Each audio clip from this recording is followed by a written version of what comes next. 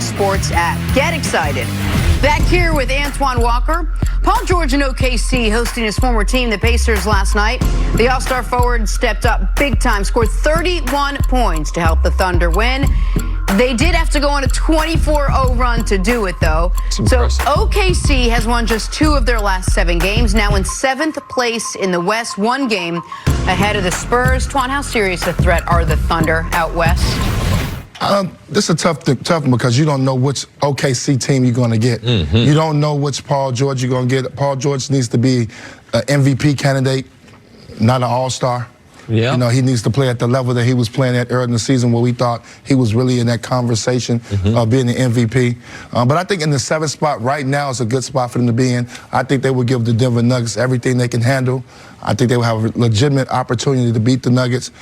They need to stay away from Golden State. They would need to get going in the playoffs and, you know, get a series under their belt before you want to go against a Golden State or Houston Rockets type team. So I think if they can stay in the 7th spot, and I know it's tough sometimes when you get to this point to try to pick your opponent because obviously the West is so bunched up. It's impossible right now in the West, more so this year than any year I can remember. To because pick your opponent, 1-2 is a half-game separation. 3-4 is a half-game separation. And 5-6-7-8 is 2 games of separation. So even if you could say, even if they could lock in the 7th spot, they don't know if that's going to be Denver or Golden State. Like, and so I know Golden State ended up pulling away last night. That was a 1-point game in the 4th quarter against Memphis, like with a fully healthy Golden State team. So it's going to be, there's going to be a lot of just final day of the season, how it falls, what team you get in the first round. Are you on Golden State's side of the bracket or the other side of the bracket? So if you set that part of it aside, the question is, what's the best version of the Oklahoma City Thunder? And the best version of the Oklahoma City Thunder, in my mind, is a team that has been defending at this level all year, continues to defend at this level, but you get the Paul George you were seeing in January combined with an under-control Russell Westbrook. Because I had brought up, hey, maybe if Russ, he was shooting well post-All-Star break for 8-9 games, it's a mirage. Like, he's not going to continue any good range shooting from Russ is going to be short-term gains, not long-term. So it's going to have to be Paul George being dominant, as you mentioned, and a team that uses Nerlens Noel, uses Dennis Schroeder, and can suffocate you defensively with their first or second unit. They got a couple issues. The biggest issue is in the playoffs, they're going to be the worst shooting team in the playoffs, you know, especially shooting from range. They are challenged as far as that. Can you win in this new NBA where the referees, so they're going to need some help. They're going to, last year in the playoffs, we didn't have to necessarily have the freedom of movement emphasis that we had this year. But last year in the playoffs, man, things got a little more physical than they were during the regular season.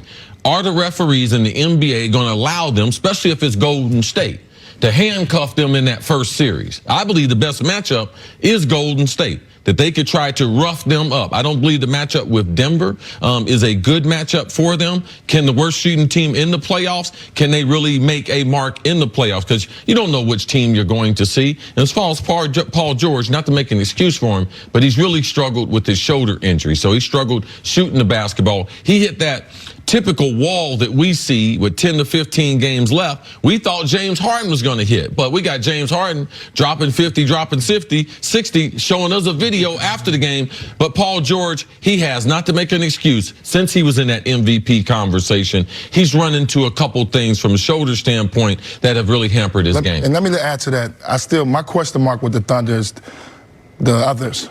Terrence Ferguson, do I trust him? Jeremy Grant. Yeah, Jeremy Grant, do I trust him? Then you get, you know, so those guys have to be good. Markieff Morris, are you going to implement him into the rotation where you can get something out of him? We know he can play, you know, he can play well come playoff time. I worry about those guys because I believe that Westbrook can win a game by himself. He have one of those moments. Paul George can win a game by himself. So they're a team, if they fall 6, 7, 8, you know, the top 3 teams don't want to play them in the first round. They're going to be a very tough out. Do I think they can make some noise and make a deep run? No. Westbrook has been too inconsistent for me offensively. I worry about his free throw shooting, only shooting 65% from the line. I don't know what has happened to Russ. Yeah. Listen, Russ, him and LeBron drinking the same thing. Because of the top players in the league, those are the only 2 that we have seen that aren't 7-footers. That aren't at least 70%. But here's the thing I don't get. LeBron was never 80%, right? LeBron was a 76% guy that somehow has gone to 67%, and it doesn't make sense. Russ, his MVP year was north of 80. For his career prior to last year was always around 78 to 82%. To all of a sudden be at 65%. It's such a bizarre thing. The LeBron thing makes a little more sense because he was never great at it. Russ was a really reliable free throw shooter at one point in time. It becomes mental. I was a bad free throw shooter in my career, and I made it when it counted in the playoffs, but during the season, I think my career was like 60%. You could never get your routine either. Sometimes you was off the line, sometimes you was on the line, sometimes you I'm impressed that you know that. I'm impressed that you knew that. Man, you need to go somewhere. So I think it's mental. Have a consistent routine. Because when I got traded to Dallas, they had a shooting coach, and he like put me through this whole routine. He threw me all the way off. I he threw me.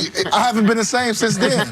I was never the same. I blame the shooting coach in Dallas for this. But I just think it's mental, though, for LeBron and Westbrook. I think once you get in those bad ruts and you start missing free throws, especially when the game on the line and it counts and your teammate depends on you and you got to answer those tough questions at the end of the night because you didn't make your free throws, I think it becomes more mental. But it goes towards everything. Every time we have discussion about the Thunder, it's how inconsistent they are. Between Russ and his shooting, the team playing, them having to go on a 24 run to beat the Pacers, that's why you don't know which team is going to show up. They're so inconsistent. Well, and listen, we have kind of we've done a lot of vacillating on this team throughout the year, but at one point in time, you asked the question, man, if the Thunder climb up to the 1 line, could Paul George be the MVP?